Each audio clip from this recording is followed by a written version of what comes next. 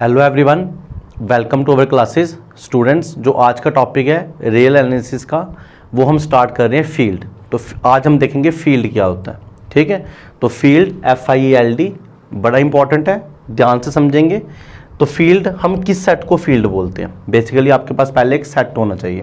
जैसे सपोज अगर आपके पास ये सेट है A, क्या ये सेट फील्ड है या नहीं है, वो आज हम सीखेंगे। क्या क्या प्रॉपर्टीज़ होती हैं, जिस प्रॉपर्टीज़ को इसके ऊपर लगाया जाए तो ये फील्ड बनेगा, और क्या क्या प्रॉपर्टीज़ होती हैं अगर मैं वो मिस कर दूँ तो ये फील्ड नहीं बनेगा। सब सीखेंगे। आपके लिए न्यू ही टॉपिक है ये, तो आपको बिल्कुल ध्यान से समझना है। ठीक है, अगर आप थर्ड सेमेस्टर में हो तो फील्ड आपके लिए बिल्कुल न्यू है। तो स्टार्ट करते हैं फील्ड की definition. Let F be any non-empty set with at least 2 elements। कम से कम फील्ड बनने के लिए सेट के पास 2 एलिमेंट्स होने चाहिए। ठीक है, let F be any non empty set with at least 2 elements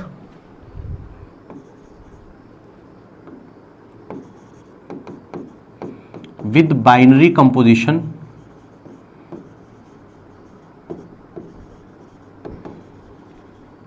binary composition वही चीजें हैं जो आपने 12th में पढ़ी है, बाइनरी ऑपरेशन। ठीक है, विद बाइनरी कंपोजिशंस। अब ये कौन कौन सी बाइनरी कंपोजिशन है? एक एडिशन है, तो एडिशन को प्लस से करेंगे, and multiplication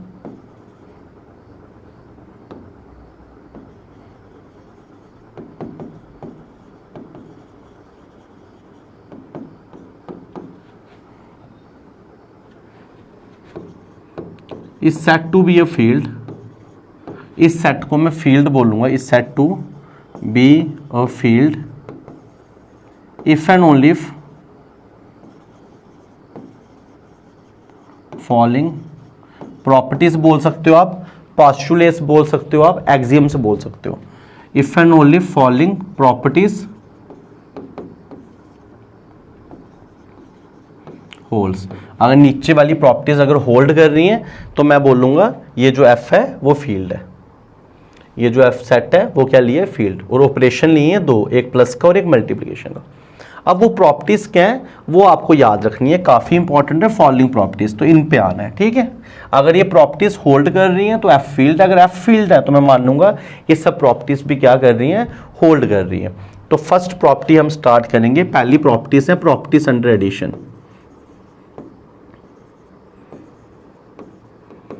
properties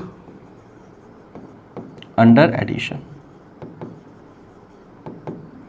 properties under addition. तो पहली प्रॉपर्टी क्या है? पहली प्रॉपर्टी का नाम है क्लोजर प्रॉपर्टी। क्लोजर प्रॉपर्टी बोल सकते हो, क्लोजर लॉ भी बोल सकते हो।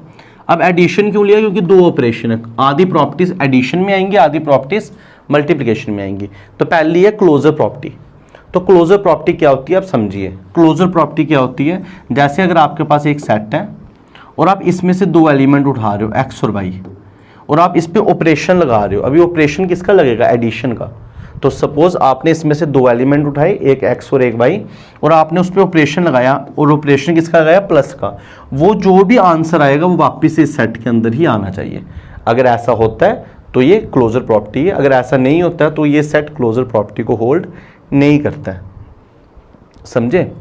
दोबारा सुनो। जैसे अगर मेरे पास सेट है एक नेचुरल नंबर, और आपने 2 नेचुरल नंबर उठाए। सपोज आपने नेचुरल नंबर का सेट लिया है, ये A क्या दिया है? नेचुरल नंबर, और आपने इसके अंदर से 2 नेचुरल नंबर उठाए, एक 1 उठा लिया, एक 10 उठा लिया, और दोनों को किया प्लस। क्या आता है? 11। तो 11 वापिस से क्या बनेगा? Natural number. तो नेचुरल नंबर में एडिशन के केस में बाइनरी ऑपरेशन जो एडिशन है उसके केस में क्लोजर लॉ होल्ड करेगा। सेम नेचुरल नंबर ही रखो, मगर जो ऑपरेशन है एडिशन की जगह सब्ट्रैक्शन कर लो। तो आप 2 नंबर उठाओ, जैसे आपने उठाया 1 और 2, और दोनों को माइनस कर लो। 1 - 2 आ रहा है -1। क्या वो वापस से नेचुरल नंबर बनेगा? नहीं बनेगा। तो इसका मतलब है नेचुरल नंबर में बाइनरी ऑपरेशन अगर आप सब्ट्रैक्शन लगाओगे तो वो क्लोजर प्रॉपर्टी होल्ड नहीं करेगा। तो आई होप आपको क्लोजर लॉ का मतलब समझ आ गया होगा कि अगर आप दो एलिमेंट उठा रहे हो, उसमें ऑपरेशन लगा रहे हो, जो भी ऑपरेशन दिया, अभी एडिशन है तो मैं एडिशन की बात कर रहा हूँ, दो एलिमेंट उठा रहे हो, उसमें ऐड कर रहे हो उसको और वापस उस सेट में जा रहा है, तो ये क्लोजर लॉ होल्ड कर रहा है, अदरवाइज ये क्लोजर लॉ होल्ड नहीं करेगा। ठीक है, तो फील्ड की प्रॉपर्टी पहले ये होती है कि फील्ड क्लोजर लॉ को होल्ड करता है। कोई भी सेट फील्ड होगा वो क्लोजर प्रॉपर्टी को होल्ड करेगा। तो हम इसको ऐसे लिखेंगे, for x, y belongs to f, क्योंकि f फील्ड है, we have x plus y belongs to f।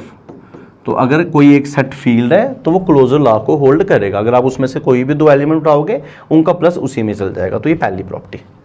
ठीक है, ये आपको याद रखनी है, क्लोजर लॉ का मीनिंग ये होता है। दूसरी property,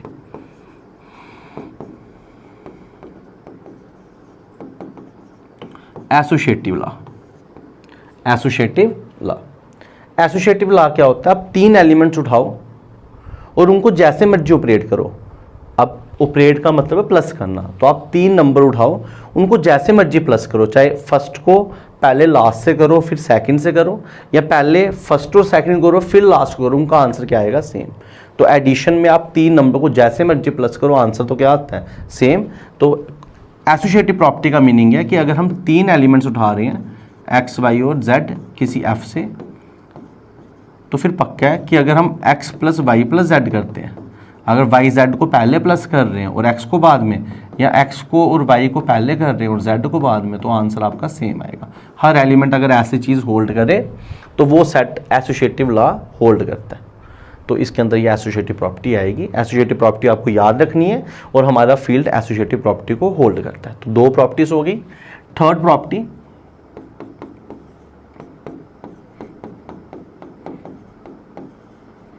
existence of identity element.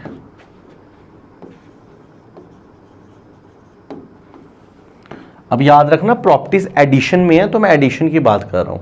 Identity का मीनिंग क्या होता है जनरल में? आइडेंटिटी का मीनिंग है, अगर ये सेट है, इसके अंदर मैं तब बोलूंगा आइडेंटिटी एलिमेंट है कोई, जब आप इसमें से जितने मर्जी एलिमेंट है, सब एलिमेंट के लिए आपके पास कोई एक ऐसा एलिमेंट इस सेट के अंदर होना चाहिए जिसको जब मैं इन बाकी एलिमेंट्स के साथ प्लस करूंगा तो वापिस से वो सेम ही रहना चाहिए। मेरा कहने का मीनिंग ये है कि अगर इस सेट के पास 1 है, 2 है, 3 है, 4 है, 5 है और एक 0 है, तो इन सब एलिमेंट में कौन इसका आइडेंटिटी एलिमेंट होगा? 0। क्यों? क्योंकि 0 को जिस मर्जी के साथ आप प्लस करो, क्योंकि अभी एडिशन का केस है, तो वो इस आंसर को सेम ही रखेगा। तो ऐसी प्रॉपर्टी को आइडेंटिटी प्रॉपर्टी बोलते हैं। जिस सेट के पास 0 है, एडिशन के केस में 0 ही उसका आइडेंटिटी एलिमेंट है, क्योंकि आइडेंटिटी एलिमेंट वो एलिमेंट होता है जिसको जब हम अगर ये आइडेंटिटी एलिमेंट है और ये कोई और x एलिमेंट है, इस एलिमेंट को मैं आइडेंटिटी एलिमेंट तब बोलूँगा जब मैं इस एलिमेंट को इसके साथ प्लस करूं और आंसर आपको यही मिलना चाहिए। तो ऐसा कौन सा एलिमेंट है जिसको हर एक के साथ प्लस करने पे वो कोई भी चेंज नहीं लाए? तो वो 0 है। तो 0 आइडेंटिटी एलिमेंट है। जिस सेट के अंदर 0 आ जाता है उस सेट के अंदर अंडर एडिशन आइडेंटिटी एलिमेंट अपने आप आ जाता है। तो आइडेंटिटी लॉ का मतलब ये है। आई होप कि आप चीज़ों को समझ गए होंगे। ठीक है, तो आइडेंटिटी लॉ को ऐसे लिखेंगे, for all x belongs to f, जितने भी आप x फील्ड में ले लो, देयर एग्जिस्ट, हमारे पास आएगा 0 बिलोंग्स टू f, 0 भी f में आना चाहिए, सच दैट चाहे आप x प्लस 0 करो चाहे आप 0 प्लस x करो, वो x आ रहा है। तो हम बोलेंगे इधर जो 0 है वो आइडेंटिटी एलिमेंट है, क्योंकि उसको ऑपरेट करने से कोई भी फर्क नहीं पड़ रहा है। 0 is identity element. I hope आपको चीजें समझ आ गई होंगी। ठीक है, नेक्स्ट,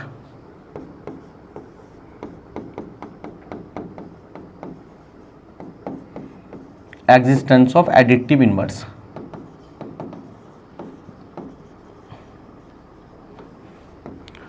ठीक है, जो फील्ड होता है उसके अंदर हर एलिमेंट का एडिटिव इनवर्स भी निकलता है।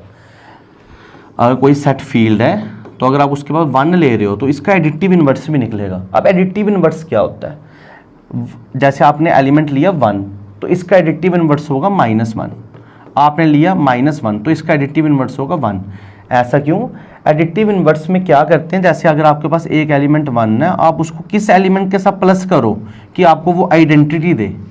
तो 1 को अगर आप प्लस करो -1 के साथ तभी आइडेंटिटी मिलेगा, -1 को प्लस करोगे 1 के साथ तभी आइडेंटिटी मिलेगा, 2/3 को किसके साथ प्लस करोगे कि आइडेंटिटी मिले, -2/3 के साथ तभी आइडेंटिटी मिलेगा। तो हम बोलते हैं कि वो एलिमेंट जिसको एलिमेंट के अंदर ऐड करने पे, क्योंकि ऑपरेशन एडिशन का है, एलिमेंट के अंदर ऐड करने पे आपका आंसर आइडेंटिटी एलिमेंट आता है, तो वो एलिमेंट उस पहले वाले एलिमेंट का एडिटिव इनवर्स है। 1 को किसके साथ ऐड करूं कि आपका आंसर 0 आए, -1 के साथ, तो -1 1 का एडिटिव इनवर्स है। आई होप आप चीज़ों को समझ गए होंगे। x को मैं किसके साथ ऐड करूं कि 0 आए, -x के साथ, तो x का एडिटिव इनवर्स -x है और -x का एडिटिव इनवर्स x है। आई होप आप चीज़ों को समझ रहे होंगे, ठीक है। तो ये प्रॉपर्टी आपको याद रखनी है। अब लिखनी कैसी है वो मैं आपको बता देता हूँ। For all x belongs to f there exist, additive inverse में से माइनस लगाते हैं, -x belongs to f such that x plus -x या -x प्लस x करो, आपके पास 0 आना चाहिए और 0 आइडेंटिटी होना चाहिए, ठीक है। अब एडिशन है इसलिए 0, मल्टीप्लिकेशन में आइडेंटिटी 1 हो जाएगा, क्योंकि आइडेंटिटी क्या होता है, ऑपरेट करने पे आंसर सेम रखता है। तो मल्टीप्लाई कर रहे हो तो अगर आपने सबको 0 से मल्टीप्लाई किया तो वो सबको 0 बना देगा। अगर 5 को आपने 0 से मल्टीप्लाई किया तो वो 0 बना देगा, 5 नहीं रखेगा। तो 5 को ऐसे किससे मल्टीप्लाई करे कि वो 5 ही रखे, 1, इसलिए मल्टीप्लाई में आइडेंटिटी एलिमेंट 1 हो जाएगा। तो ये आपको आने चाहिए। तो ये 4 प्रॉपर्टीज हो गई, ठीक है। तो इसमें हम लिख सकते हैं कि जो -x है वो एडिटिव इनवर्स है x का, -x is additive inverse of x, ठीक है।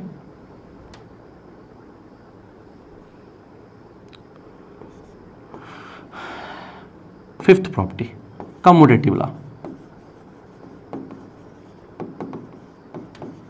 कम्यूटेटिव लॉ क्या होता है, कम्यूटेटिव लॉ क्या होता है, इसमें 2 एलिमेंट ले लो आप, x ले लिया, y ले लिया, ऑपरेशन अभी एडिशन का चल रहा है। अब आप इनको ऑपरेट करो, मतलब इनको ऐड करो, चाहे आप x को y से ऐड करो, चाहे y को x से ऐड करो, आंसर सेम आना चाहिए। जिस सेट के अंदर ये प्रॉपर्टी होल्ड करती है तो उसको कम्यूटेटिव लॉ कहते हैं, कम्यूटेटिव लॉ कहते हैं। तो इसको ऐसे लिखते हैं, let x, y belongs to f, then commutative law का मतलब आप x प्लस वाई करो या y प्लस एक्स करो, या आंसर क्या आना चाहिए, सेम। तो फील्ड हमारा कम्यूटेटिव लॉ को भी होल्ड करता है। अगर आप कोई फील्ड है उसमें से 2 एलिमेंट ले रहे हो, उनको जैसे मर्जी प्लस करो, आंसर हमेशा क्या आता है, सेम आता है। तो फील्ड की अंडर एडिशन ये 5 प्रॉपर्टीज है, पहले आप इसको नोट कर लो। आई होप आप चीज़ों को समझ रहे होंगे। अब मैं दोबारा से नहीं मैं लिख रहा, मैं इसी के अंदर चेंज करूँगा, आप इसको नोट कर लो। फिर आपको क्या करना है, इसके नीचे अब हेडिंग डालनी है, दोबारा से सेकंड हेडिंग डालनी है, लिखना है प्रॉपर्टी अंडर मल्टीप्लिकेशन। ये पहले 5 प्रॉपर्टीज लिख दी, अब लिखना है प्रॉपर्टीज अंडर मल्टीप्लिकेशन, ठीक है। तो मल्टीप्लिकेशन में भी पहली प्रॉपर्टी का नाम यही है जो हमने लिखा है, क्लोजर लॉ। बस फर्क क्या होगा, क्लोजर लॉ का मीनिंग है अगर एक सेट है, अगर एक सेट है उसमें से आप 2 एलिमेंट्स निकाल रहे हो, प्लस करने पे वो उसी में ही जाना चाहिए, क्योंकि एडिशन था। मगर अब मल्टीप्लाई है, तो अगर एक सेट है उसमें से आप 2 एलिमेंट्स निकाल रहे हो, मल्टीप्लाई करने में उसी में ही जाना चाहिए। तो बस अब क्या फर्क आएगा, छोटा सा फर्क आएगा, इधर ऐड की जगह क्या कर देना है, मल्टीप्लाई। तो इस लॉ को बोलते हैं क्लोजर लॉ। अगर आपको दोबारा लिखाना है तो मैं लिखा देता हूँ, we have x into y belongs to f, ऐसे। और फील्ड हमारा क्लोजर लॉ अंडर मल्टीप्लिकेशन भी होल्ड करता है। अगर कोई सेट फील्ड है उसमें से आप 2 एलिमेंट उठा रहे हो, उनका मल्टीप्लाई वापस उस सेट में ही चल जाएगा, ये भी प्रॉपर्टी है। सेकंड एसोसिएटिव लॉ, बस क्या चेंज करना है आपको, प्लस की जगह मल्टीप्लाई। 3 नंबरों को आप जैसे मर्जी मल्टीप्लाई करो, कोई फर्क नहीं पड़ेगा। तो फील्ड हमारी इस प्रॉपर्टी को भी होल्ड करता है, 3 नंबर्स को आप जैसे मर्जी मल्टीप्लाई करो, कोई फर्क नहीं पड़ेगा। नेक्स्ट क्या है, आइडेंटिटी। तो आइडेंटिटी में फर्क है, मैंने आपको बताया आइडेंटिटी वो एलिमेंट होता है जिसको ऑपरेट करने पे जो पहला वाला एलिमेंट है वो सेम रहना चाहिए। जैसे आपने x के ऊपर 0 ऑपरेट किया तो x ही रहा, मगर मल्टीप्लाई में अगर मैं x को 0 से मल्टीप्लाई करूं वो उसको x नहीं रखेगा, चेंज कर देगा।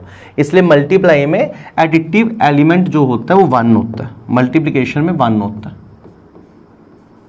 ये 1, ठीक है। क्यों 1 होता है बताता हूं। क्योंकि जब आप x को 1 से मल्टीप्लाई करोगे, जब 1 को x से मल्टीप्लाई करोगे वो सेम रखेगा। तो मल्टीप्लाई में 0 की जगह क्या है, 1 आपका आइडेंटिटी एलिमेंट है। 1 आपका क्या है, आइडेंटिटी एलिमेंट। तभी तो मैंने देखो डेफिनेशन में बोला था ना, let f be any non empty set with at least 2 elements. तो जो ये 2 एलिमेंट्स थे ये 0 और 1 के लिए था। कम से कम फील्ड बनने के लिए 0 1 तो चाहिए, 0 1 तो सेट के पास होना चाहिए, क्योंकि अगर 0 1 नहीं होगा तो फिर आइडेंटिटी कैसे होगा। ठीक है, समझे? तो इसलिए उन्होंने ऐसा बोला हुआ है। तो एग्जिस्टेंस ऑफ आइडेंटिटी एलिमेंट हो गया। अब same property existence of multiplicative inverse. इधर आपको क्या लिखना है, मल्टीप्लिकेटिव इनवर्स। इधर आपको बस क्या चेंज करनी है, मल्टीप्लिकेटिव, मल्टीप्लिकेटिव इनवर्स। सबको सेम, बस एक शर्त है। अब देखना ध्यान से, इसको मैं रब कर देता हूं, नहीं तो आपको समझ नहीं आएगा। ये भी कर ही दो, ठीक है। अब सबका इनवर्स नहीं एग्जिस्ट करेगा, क्यों? अगर x 0 है, अगर x 0 है तब इनवर्स एग्जिस्ट करेगा। बताता हूं क्यों। देखो, सबसे पहले आपके पास जो x है वो नॉन जीरो होना चाहिए और वो फील्ड का होना चाहिए। देन मैं बोलूंगा there exist 1/x belongs to field such that x into 1/x 1/x into x is equal to 1, और 1 क्या आइडेंटिटी। मैंने आपको बोला था इनवर्स में क्या होता है, जैसे हम एडिटिव में करते थे, x को मैं किसके साथ प्लस करूं कि वो 0 बने, मगर अब होगा x को मैं किसके साथ मल्टीप्लाई करूं कि वो 1 बने। उधर 0 क्यों बने, क्योंकि 0 उस केस का एडिटिव आइडेंटिटी था। इधर 1 क्यों बने, क्योंकि 1 इसका इसका मल्टीप्लिकेटिव आइडेंटिटी है। ठीक है, तो x को किसके साथ मल्टीप्लाई करूं, 1 बनेगा। ऑब्वियसली बात है 1/x। अगर x 0 हो जाएगा तो 1/0 इन्फिनिटी हो जाएगा। इसलिए हमारी अब रिस्ट्रिक्शन लगी है क्या, कि इनवर्स हमेशा नॉन जीरो एलिमेंट का ही एग्जिस्ट करेगा। मल्टीप्लिकेटिव इनवर्स, मल्टीप्लिकेटिव इनवर्स हमेशा किसका एग्जिस्ट करेगा, नॉन जीरो एलिमेंट का। तो मैंने लिया कोई भी नॉन जीरो एलिमेंट है तो 1/x आएगा, तो ये आ गया, ताकि वो आइडेंटिटी बनेगा। तो मैं इधर लिखूंगा 1/x, x का मल्टीप्लिकेटिव इनवर्स है। 1/x is multiplicative inverse of x। फिर last property same, commutative law. बस क्या फर्क है, इधर प्लस की जगह क्या करना है आपको, मल्टीप्लाई। तो ये 10 प्रॉपर्टीज हो गई, 5 एडिशन की और 5 मल्टीप्लिकेशन की। ये 10 की 10 प्रॉपर्टीज फील्ड होल्ड करता है। और फील्ड के पास एक और प्रॉपर्टी होती है, वो इन अब केस खत्म हो गए, एडिशन और मल्टीप्लिकेशन की प्रॉपर्टीज खत्म होगी, ये लग गए डिस्ट्रीब्यूटिव लॉ। फील्ड के पास एक और प्रॉपर्टी होती है डिस्ट्रीब्यूटिव लॉ। तो डिस्ट्रीब्यूटिव लॉ में क्या करता है, फील्ड 3 एलिमेंट ले लेता है, x y z belongs to f, और बताता है कि x को अगर आप मल्टीप्लाई कर रहे हो y प्लस जेड से तो वो बनेगा x into y plus x into z. और दूसरा, अगर आप x प्लस वाई को बाहर के z से कर रहे हो तो वो बनेगा x into z plus y into z. इधर आप देख रहे हो जो मल्टीप्लिकेशन है वो डिस्ट्रीब्यूट हो रहा है ओवर एडिशन, तो हम बोल सकते हैं इस केस में मल्टीप्लिकेशन एडिशन पे डिस्ट्रीब्यूट हो रहा है और लेफ्ट साइड से हो रहा है, इसलिए इसको लेफ्ट डिस्ट्रीब्यूटिव लॉ बोलते हैं। इधर मल्टीप्लिकेशन डिस्ट्रीब्यूट हो रहा है राइट साइड से, तो इसको राइट डिस्ट्रीब्यूटिव लॉ बोलते हैं। इसको क्या बोलते हैं, राइट डिस्ट्रीब्यूटिव लॉ, और इसको क्या बोलते हैं, left distributive law, left distributive law. तो फील्ड ये 2 लॉ भी होल्ड करता है। तो फिर हम बोलते हैं कि अगर कोई एक सेट है जो ये सब के सब लॉ होल्ड करता है तो वो क्या है, फील्ड है। वो क्या है, फील्ड है। ठीक है, आपकी बुक से ही मैंने सब लैंग्वेज बताई है। ठीक है, और लास्ट में अगर आपके पास बुक्स होंगी तो उसमें लिखा है a field must possess at least 2 elements namely 0 and 1। 0 1 क्यों, अगर 0 नहीं हुआ तो एडिटिव आइडेंटिटी कहाँ से लाओगे, अगर 1 नहीं हुआ तो मल्टीप्लिकेटिव आइडेंटिटी कहाँ से लाओगे। ये 2 तो होंगे ही होंगे, बाकी ज्यादा भी हो सकते हैं।